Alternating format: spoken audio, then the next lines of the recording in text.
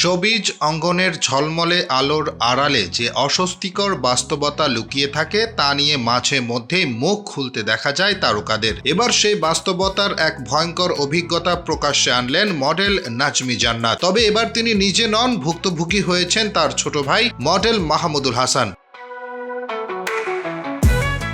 ফেসবুকে দেওয়া এক দীর্ঘ পোস্টে নাজমি অভিযোগ করেছেন, দেশের একজন পরিচিত ও প্রভাবশালী কোরিওগ্রাফার একটি ফটোশুটের সময় তার ভাইয়ের সঙ্গে যৌন হয়রানিমূলক আচরণ করেছেন। নাজমির ভাষ্য অনুযায়ী, কাজের শুরুতে সবকিছু স্বাভাবিক থাকলেও দুটি শুট শেষ হওয়ার পর পরিস্থিতি বদলে যায়। নাজমি জানান, শুটের এক পর্যায়ে তার ভাইকে আলাদা করে চেঞ্জিং রুমে ডাকা হয়। সেখানে কাজের অজুহাতে শারীরিক স্পর্শের প্রস্তাব দেওয়া হয়। অভিযুক্ত কোরিওগ্রাফার নাকি বলেন, একটু ধরতে পারি, মাপ নিতে হবে। মাপ নিতে দেবে, যা স্পষ্টতই অশালীন ও সীমা লঙ্ঘনকারী।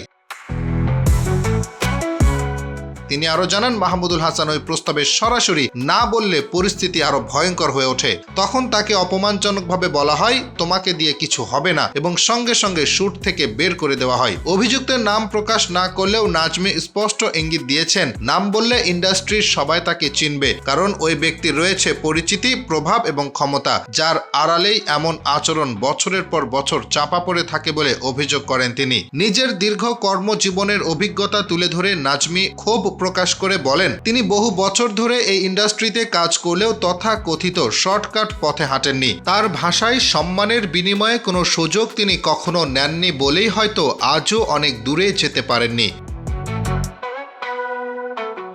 নাজমি বলেন, একজন নারী হিসেবে তিনি বহু সময় নীরবে অনেক কিছু সহ্য করেছেন, কিন্তু যখন দেখলেন তার ছোট ভাইয়ের সঙ্গেও একই নোংরা মানসিকতার প্রকাশ ঘটছে, তখন আর চুপ থাকা সম্ভব হয়নি। শোবিজের এই অসুস্থ সংস্কৃতি নিয়ে প্রশ্ন তুলে তিনি বলেন, কবে না বলাটা শক্তি হিসেবে দেখা হবে? কবে প্রতিভাই হবে টিকে থাকার একমাত্র শর্ত?